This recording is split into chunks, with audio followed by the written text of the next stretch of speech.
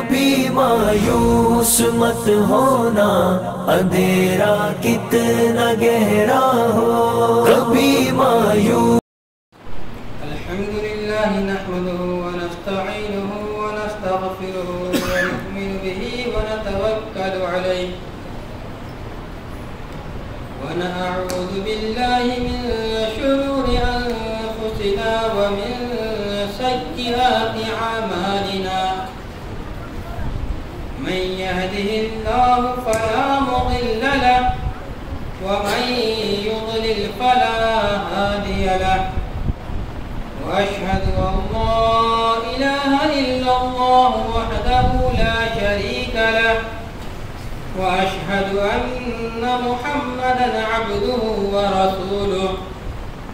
أما بعد فإن أصدق الحديث كتاب الله، وأحسن الهدي هدي محمد صلى الله عليه وسلم، وشر الأمور محدثاتها، وكل محدثة بدعة، وكل بدعة ضلالة، وكل ضلالة في النار. فأعوذ بالله السميع العليم من الشيطان الرجيم. يا أيها الذين آمنوا اتقوا الله حق تقاته ولا تموتن إلا وأنتم مسلمون. يا أيها الناس اتقوا ربكم الذي خلقكم من نفس واحدة وخلق منها زوجها وبث منهما رجالا كثيرا ونساء، واتقوا الله الذي تساءلون به والأرحام، إن الله كان عليكم رقيبا. يا أيها الذين آمنوا اتقوا الله وقولوا قولا سديدا يصلح لكم أعمالكم ويغفر لكم ذنوبكم، ومن يطع الله ورسوله فقد فاز فوزا عظيما. وقال الله تعالى في مقام آخر: كنتم خير أمة أخرجت للناس تأمرون بالمعروف وتنهون عن المنكر. وقال النبي صلى الله عليه وسلم عن أبي هريرة رضي الله عنه قال: قال النبي صلى الله عليه وسلم: الساعي على الأرملة والمسكين كالمجاهد في سبيل الله. رب اشرح لي صدري ويسر لي أمري واحلل عقدة من لساني يفقهوا قولي. سبحانك لا علم لنا إلا ما علمتنا إنك أنت العليم الحكيم. ربي زدني علما وارزقني فهما. معزز سامعین کرام، بزرگ اور دوستو، پردہ نشین خواتین اسلام، اللہ تبارک و تعالیٰ کا شکر و احسان ہے کہ اللہ رب العزت نے ہمیں اور آپ کو اسلام جیسی عظیم نعمت عطا فرمائی اور ہمیں اس پر گامزن رہنے کی توفیق عطا فرمائی. فللہ الحمد ولہ الشکر. بعدہ درود و سلام کا نذرانہ ہو اللہ کے تمام رسولوں پر، بالخصوص ہمارے آخری رسول جناب محمد رسول اللہ صلی اللہ علیہ وسلم پر.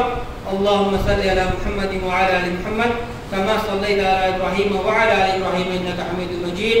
اللهم بارك على محمد وعلى آل محمد كما باركت على إبراهيم وعلى آل إبراهيم إنك حميد مجيد.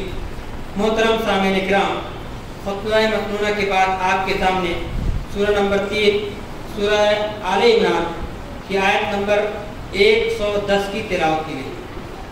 اس کے کچھ حصے آپ کے سامنے پڑھے گئے جس میں اللہ تبارک و تعالیٰ نے ہمیں خیر امت کے لقب سے ملقب کیا ہے. ہمیں اور آپ کو اللہ نے بہترین امت کہا ہے اور آگے یہ بھی کہا ہے کہ ہم لوگ دوسروں کی بھلائی کے لیے پیدا کیے گئے. کنتم خیر امت اخرجت للناس. ہم دوسروں کے لیے پیدا کیے گئے. مطلب یہ ہے کہ اللہ رب العالمین نے ہمیں پیدا کرنے کا جو مقصد بیان کیا ہے وہ یہ بیان کیا ہے کہ ہم دنیا میں سیلفش بن کے نہ جئیں, دنیا میں خود غرض بن کے نہ رہیں, دنیا میں صرف اپنی چیزوں کو دیکھ کر اپنے ہی میں مگن نہ رہیں, بلکہ ہمارا جو اصل مقصد ہو وہ ہو دوسروں کو بھلائی پہنچانا, دوسروں کو ہم سے جتنا خیر ہو سکے پہنچائیں, جتنی بھلائی ہو سکے پہنچائیں, دوسروں کو ہم سے جتنا تعاون ہو سکے اور تعاون جس طریقے کی بھی ہو سکے ہم انہیں کریں. اخرجت للناس, کیونکہ ہم دوسروں کے لیے پیدا کیے گئے. اور ایک شاعر کہتا ہے کہ درد دل کے واسطے پیدا کیا انسان کو, درد دل کے واسطے پیدا کیا انسان کو, ورنہ طاعت کے لیے کچھ کم نہ تھے کروبیاں. اللہ تبارک و تعالیٰ کے فرشتے اللہ کی عبادت کے لیے, اللہ کی اطاعت کے لیے, اس کی فرما برداری کے لیے کچھ کم ہیں نہ ہیں نہ تھے. اللہ رب العزت نے پھر بھی انسانوں کو پیدا کیا صرف اس لیے کہ ہم ایک دوسرے کے دکھ اور سکھ میں شامل ہو سکیں, ایک دوسرے کی پریشانیوں کو سن سکیں, سمجھ سکیں اور اس کا حل نکال سکیں. اسی لیے ہمیں اللہ رب العالمین نے پیدا فرمایا. اور اس کا مقام, مرتبہ, اس کی فضیلت اللہ تبارک و تعالیٰ نے قرآن کریم میں بیان فرمایا اور رسول اللہ صلی اللہ علیہ وسلم نے حدیث کے ذریعے ارشاد فرمایا کہ جہاد کی طریقے سے جتنا ثواب, جتنا مرتبہ, جیسا مقام ایک مجاہد کو حاصل ہوتا ہے, ویسا ہی مقام اور ویسی فضیلت اور ویسا ہی مرتبہ ایک انسان کو حاصل ہوتا ہے جو انسان دوسروں کے لیے خیر چاہتا ہے, بھلائی چاہتا ہے, کوشش چاہتا ہے, کسی مسکین کے لیے, کسی بیوہ کے لیے, یا پھر وہ کسی اور بھی جو یتیم ہیں, نادار ہیں, مفلس ہیں, ان کے لیے اگر آپ راستے ہموار کرتے ہیں آپ کو مجاہد کی طرح اجر ملے گا.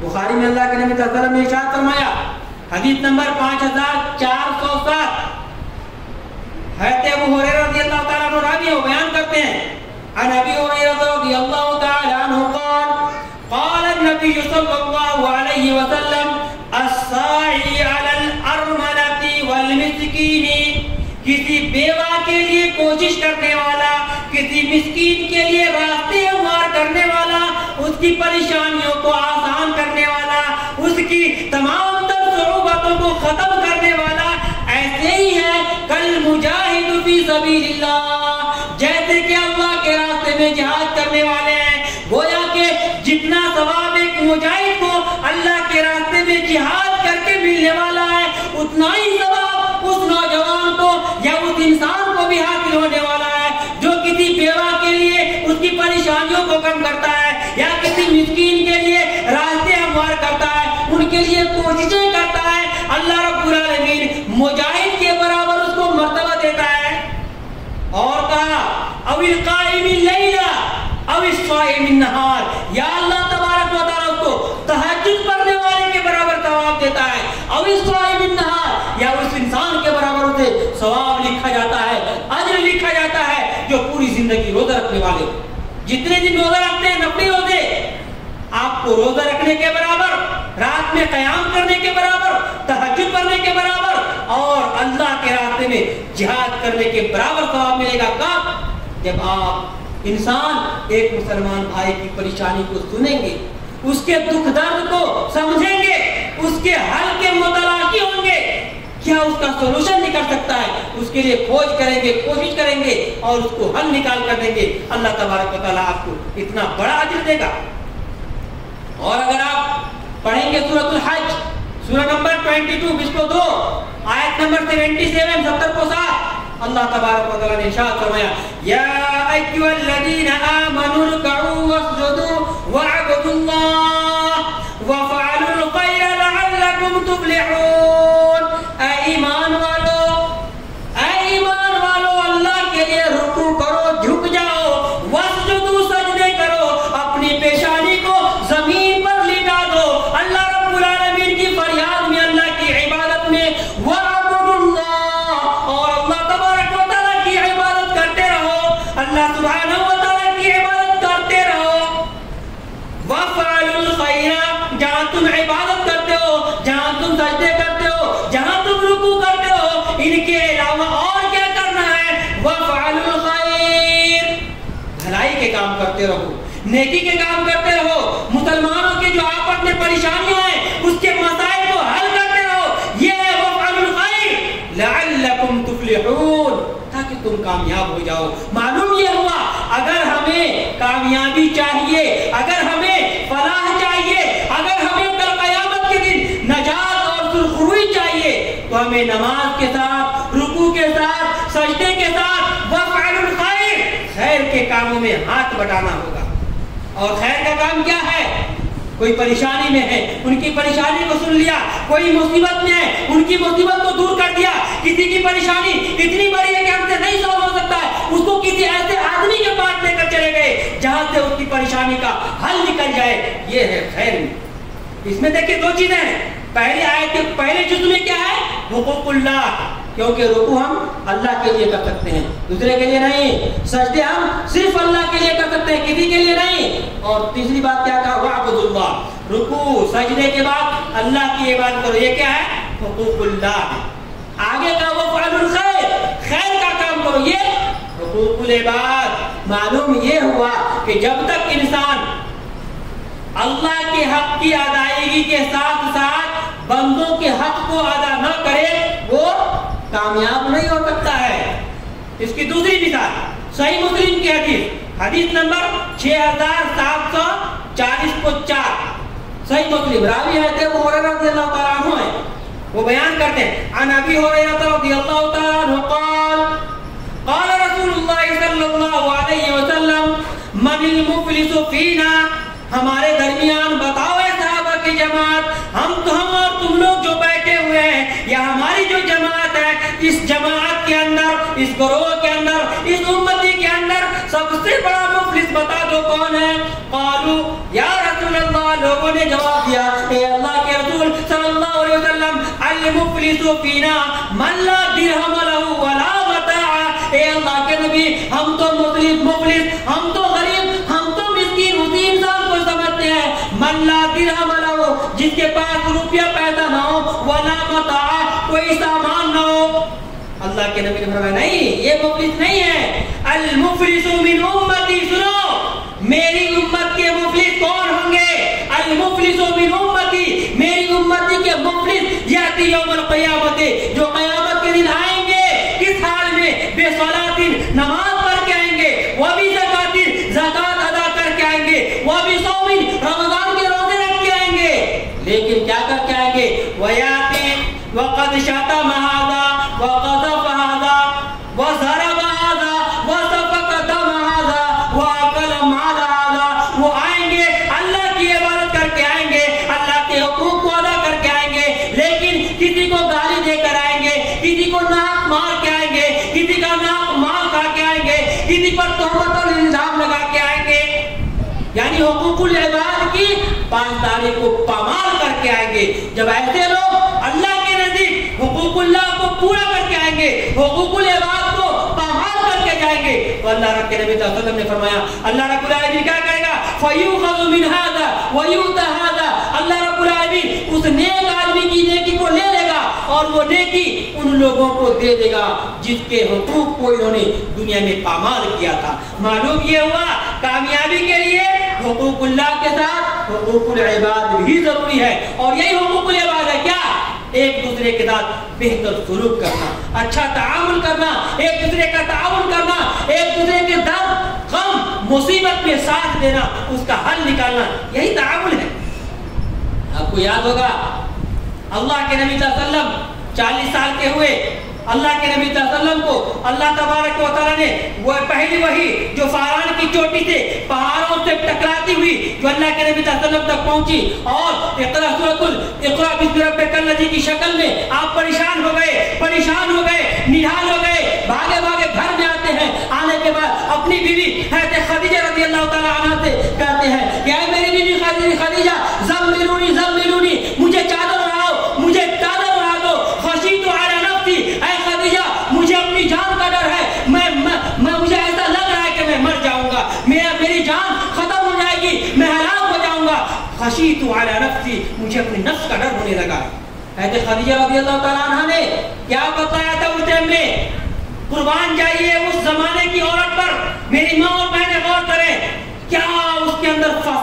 تھی اور کتنی ذہن کی تیز ہوتی تھی. حضرت خدیجہ رضی اللہ تعالی عنہا نے صرف 6 جملوں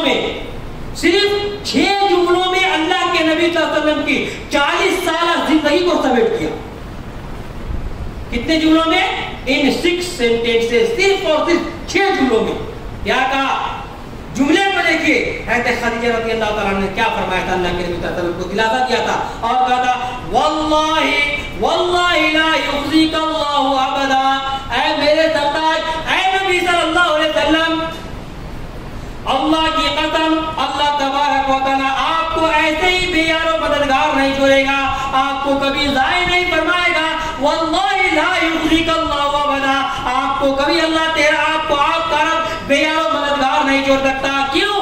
کیونکہ واللہ لا تصل الرحم، کیونکہ اے میرے نبی آپ تو وہ ذات ہیں جو صلہ رحمی کرتے ہیں، ایک دوسرے کے ساتھ ہمدردی کا معاملہ کرتے ہیں، ایک دوسرے کے ساتھ غمگساری کا معاملہ کرتے ہیں. انک لا تصل الرحم، آپ تو صلہ رحمی کرنے والے ہیں. ولا تصدق الحدیث، اور جو سچ بولنے والے ہیں اس کا ساتھ دینے والے ہیں، سچائی کا ساتھ بن کے رہنے والے ہیں. تو اللہ آپ کو کیسے ضائع کر دے گا؟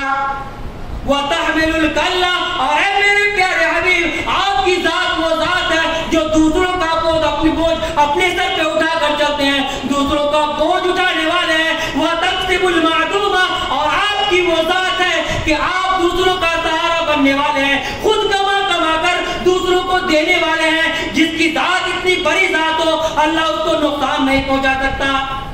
وَتُقْرِي الضَّيْفَ، اور اے میرے پیارے حبیب آپ تو مہمان نوازی کرانے والے ہیں، مہمانوں کی مہمان نوازی کراتے ہیں، اچھی خاطرداری کرتے ہیں. وَتُعِينُ عَلَى نَوَائِبِ الْحَقِّ، اور جس کا حق جہاں پر ہے اے اللہ کے نبی آپ اس کا حق دلواتے ہیں، اس کا حق ادا کرتے ہیں، دوسروں سے دلواتے ہیں. تو اے اللہ کے نبی جس کے اندر یہ صفات ہو اللہ تعالیٰ اس کو کیسے برباد کر دے گا؟ ان 6 چیزوں میں بتائیے اللہ رب العالمین کی یہ بات کا ذکر ہے؟ نہیں ہے ذکر.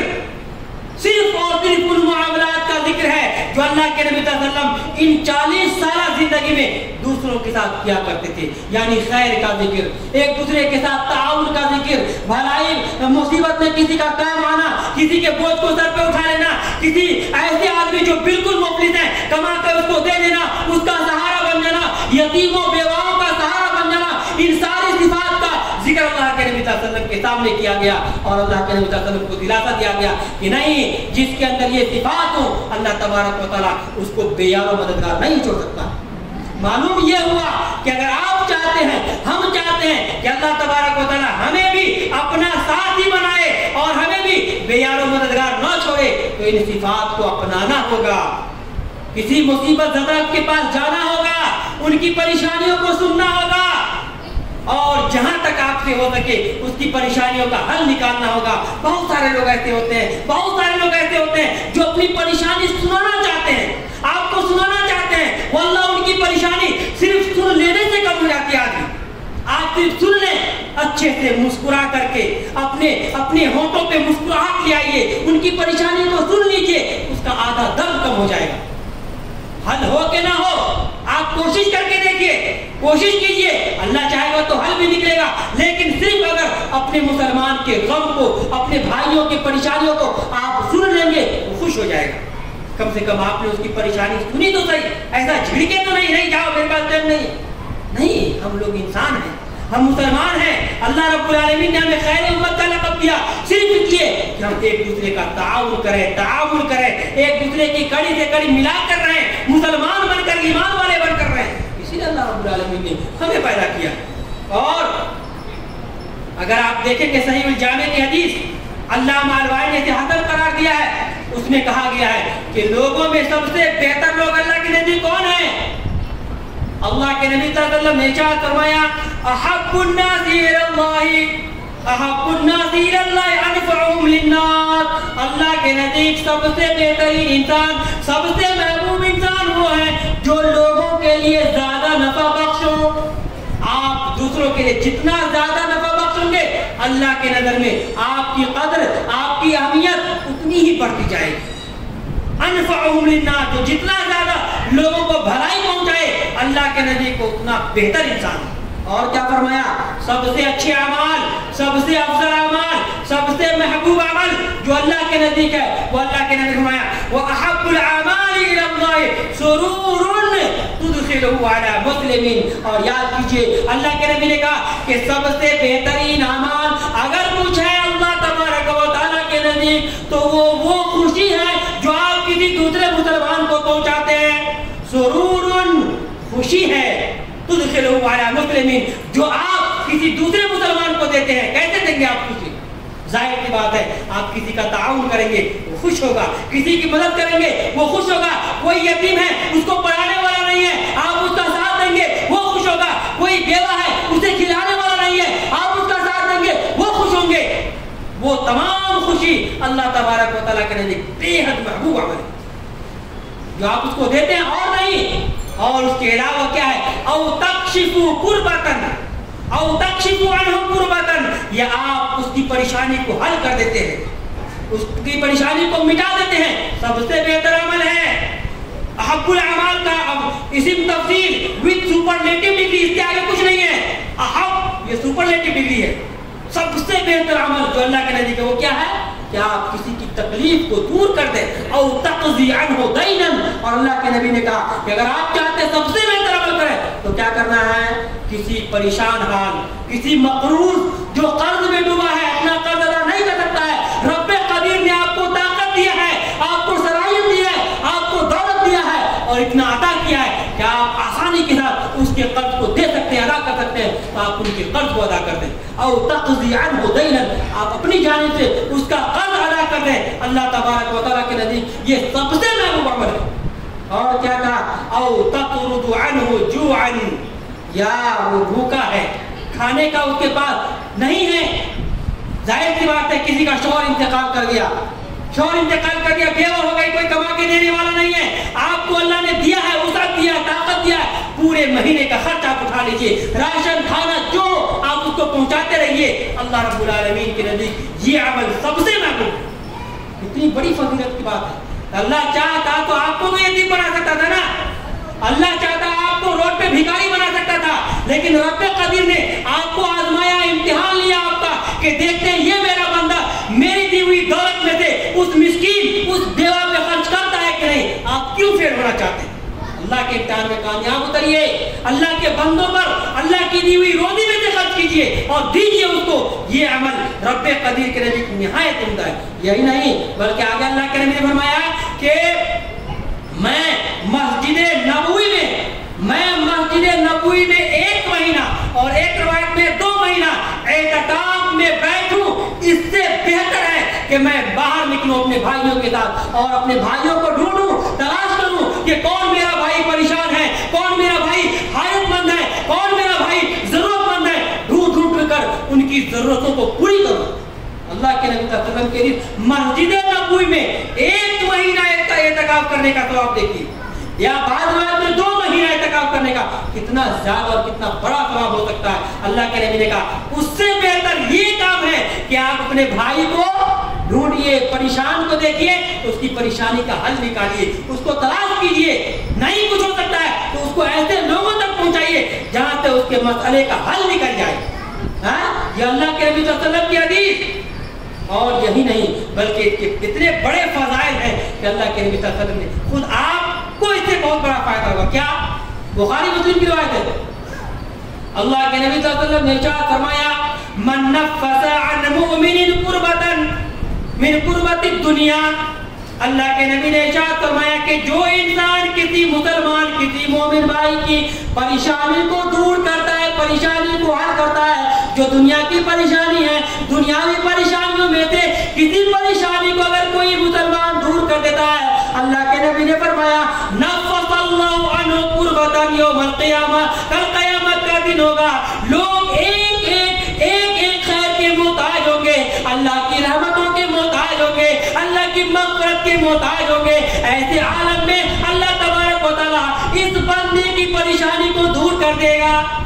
آپ نے دنیا میں کیا تھا، اللہ نے آپ کے اکاؤنٹ میں جمع کر دیا قیامت کے لیے۔ جب قیامت کے دن دیکھیں گے سارے لوگ پریشان ہیں، کوئی پانی کے لیے پریشان ہے، کوئی سائے کے لیے پریشان ہے، لوگ یہاں وہاں بھاگ رہے ہیں، کوئی سفارش کے لیے پریشان ہے، کوئی جنت حاصل کرنے کے لیے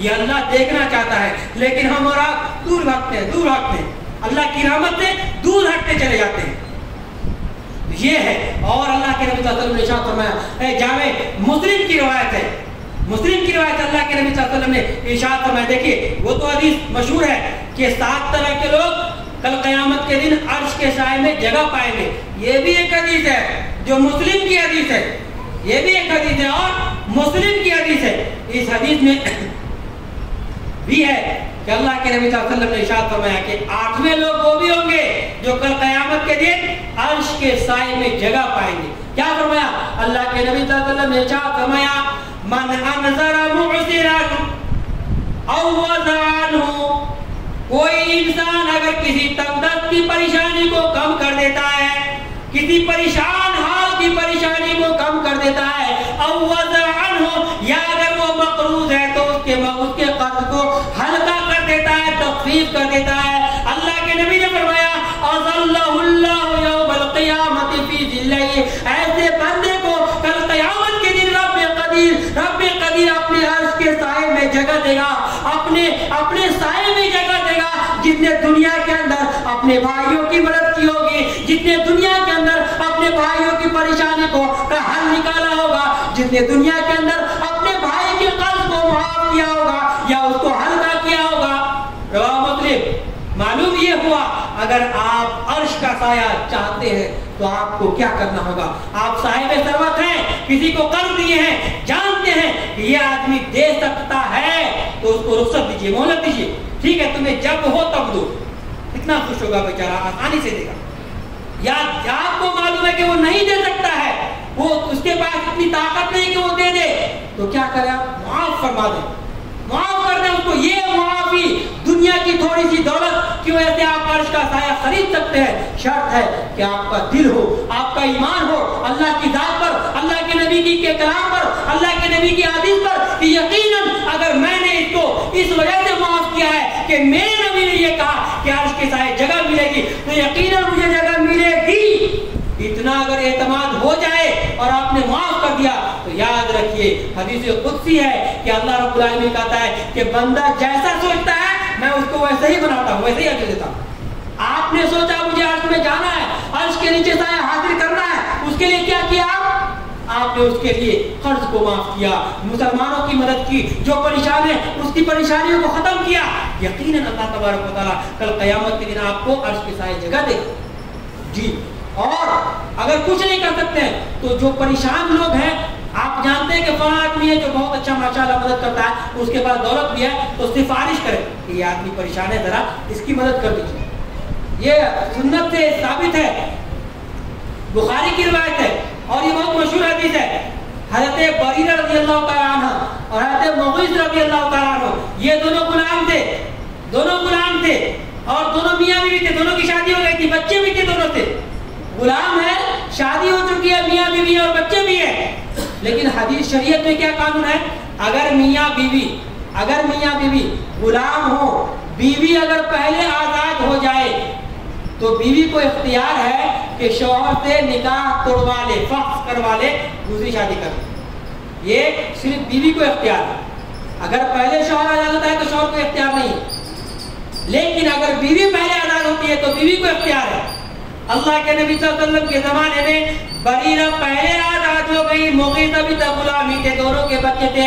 لیکن مغیث کی شکل و صورت اتنی اچھی نہیں تھی، مغیث کی حیثیت اتنی اچھی نہیں تھی. جب یہ آزاد ہو گئی تو انہوں نے فسخ نکاح کا مطالبہ کر لیا اور کہہ دیا کہ اے مغیث اب مجھے تیرے پاس نہیں رہنا. مغیث بریرہ کے پیچھے پیچھے گھومنے لگے، بھاگنے لگے، کیونکہ وہ بے تحاشا محبت کرنے والے تھے، بریرہ کو پہنچانے والے تھے. جب وہ روتے روتے بریرہ کے پیچھے جا رہے تھے، اللہ کے نبی صلی اللہ علیہ وسلم نے دیکھا، بریرہ کا حال دیکھا، مغیث کا حال دیکھا.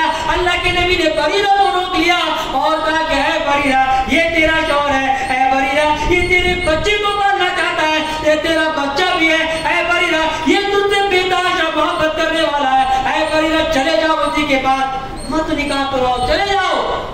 کاہے تم اس سے الگ ہوتی ہو، جاؤ اسی کے پاس چلے جاؤ. بریرہ نے کہا اے اللہ کے نبی صلی اللہ علیہ وسلم کیا یہ آپ کا حکم ہے؟ اللہ کے نبی نے کہا کہ نہیں یہ میرا حکم نہیں ہے، یہ میرا حکم نہیں ہے، میں سفارش کر رہا ہوں، اگر میری بات مان لو تو اسی کے پاس چلے جاؤ، یہ بیچارہ تمہارے پیار میں پاگل ہے اور رو رہا ہے، لہذا اسی کے پاس چلے جاؤ۔ اللہ کے نبی صلی اللہ علیہ وسلم سے بریرہ نے کہا اگر یہ آپ کا کی سفارش ہے تو میں اسے نہیں مانتی۔ معلوم یہ ہوا کہ اللہ کے نبی کی سفارش کو بھی ٹکرایا گیا، اور کیونکہ یہ دین نہیں ہے، یہ دین نہیں ہے۔ اگر اللہ کے نبی حکم دے دیتے تو بریرہ نے کہا کہ اگر آپ کا حکم ہوتا تو میں مر کے بھی اسی کے پاس جاتی، کیوں؟ کیونکہ وہ شریعت ہو جاتی، اور یہ آپ کا مشورہ ہے، سفارش ہے، لہذا مجھ کو اس کے ساتھ رہنا گوارا نہیں ہے، اور شریعت نے مجھے یہ اختیار دیا ہے کہ میں فسخ نکاح کر کے کہیں بھی جا سکتی ہوں، تو میری مرضی ہے۔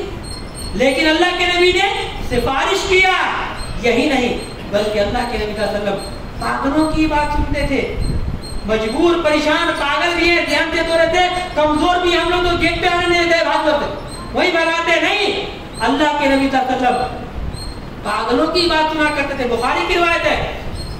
اللہ کے نبی صلی اللہ علیہ وسلم ارشاد فرماتے ہیں، راوی ارشاد فرماتے ہیں کہ کانت الامۃ من اماء المدینہ لتأخذ بید رسول اللہ صلی اللہ علیہ وسلم فتنطلق به حیث شاءت۔ مدینے کی گلیوں میں بہت ساری لونڈیاں رہا کرتی تھی، ان میں سے ایک لونڈی جو مدینے کی گلی کی لونڈی تھی، ایک لونڈی گھر سے باہر نکل کے میرے پیارے نبی صلی اللہ علیہ وسلم کی آستین کو پکڑ لیتی ہیں، آستین کو پکڑ لیتی ہے، ہاتھ کو پکڑ لیتی ہے، اور کھینچ کے اپنے معاملے کو حل کرانے کے لیے جہاں تک چاہتی ہے کھینچ کر لے جاتی ہیں، اور اللہ کے نبی صلی اللہ علیہ وسلم اس کے پیچھے پیچھے وہاں تک جاتے ہیں جہاں تک وہ جو ابسینٹ مائنڈ لونڈی رہتی ہے کھینچ کر لے جاتی ہیں، پاگل لونڈی۔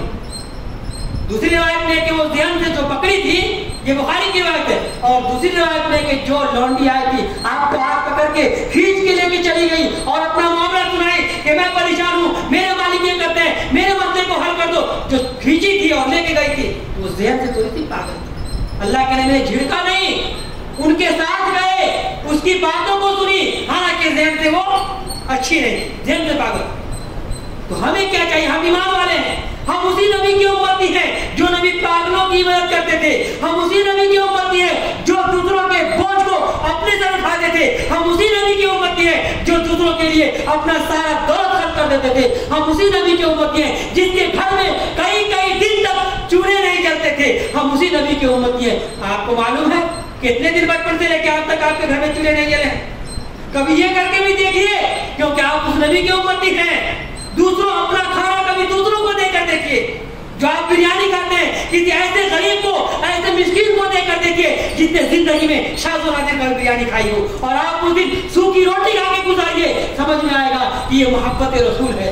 اگر وہ غریب ہے آپ کو کہ دل میں محبت رسول ہوگی تو واللہ آپ کو بے حد خوشی محسوس ہوگی۔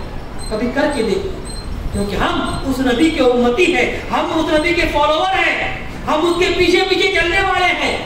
جی آخری حدیث جو بخاری کی حدیث ہے، اس کو بیان کر کے انشاءاللہ بات ختم کر دوں گا۔ بخاری کی حدیث حدیث نمبر 2070 اللہ کے نبی صلی اللہ علیہ وسلم ارشاد فرماتے ہیں، المسلم اخو المسلم لا یظلم ولا یسلم۔ کہ لوگوں، ایک مسلمان دوسرے مسلمان کا بھائی ہے، تم لوگ آپس میں بھائی بھائی ہو، چاہے وہ راستے پہ چلنے والا فقیر ہی کیوں نہ ہو، اور تم محلوں میں آرام کرنے والے مالدار ہی کیوں نہ ہو، تمہارا ہے تمہاری حیثیت اگر بادشاہوں کی ہے تو ایک راستے پر سونے والا فقیر بھی تیرا بھائی ہے، کیونکہ اللہ کے نبی نے قانون نافذ کر دیا، المسلم اخو المسلم، ایک مسلمان دوسرے مسلمان کا بھائی ہے، لا یظلم ولا یظلم، نہ تو اس مسلمان بھائی پر ظلم کیا جائے گا، نہ ہی اس مسلمان بھائی کو کسی ایسے ظالم کے حوالے کر دیا جائے گا جو اس پر ظلم کرے۔ یعنی اگر کسی مسلمان پہ ظلم ہو رہا ہے تو آپ کا کام ہے اسے روکنا، اس کو وہاں سے چھڑا کے لانا، ولا یظلم، اس پر ہم ظلم کرتے ہوئے دیکھ بھی نہیں سکتے۔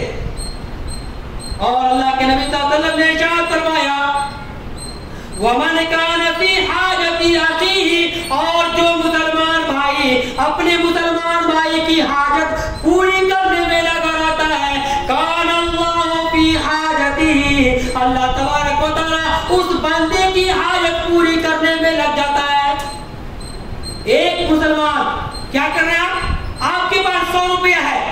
روپے کی ضرورت بھی ہے آپ کو, آپ نے کسی ایسے مسلمان کو دے دیا جو اس 100 روپے کا زیادہ محتاج ہے, آپ نے اس کی حاجت پوری کر دی, اب آپ کو کیا ملے گا؟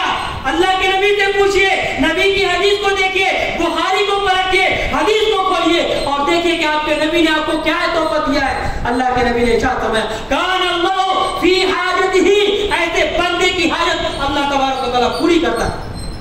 آپ دوسروں کی حاجت پوری کریں گے اور جب تک کرتے رہیں گے اللہ تبارک و تعالیٰ آپ کی حاجت تب تک پوری کرتا رہے گا. اللہ تبارک و تعالیٰ ہم سب کو مسلمان کی اہمیت کو سمجھنے کی توفیق عطا فرمائے.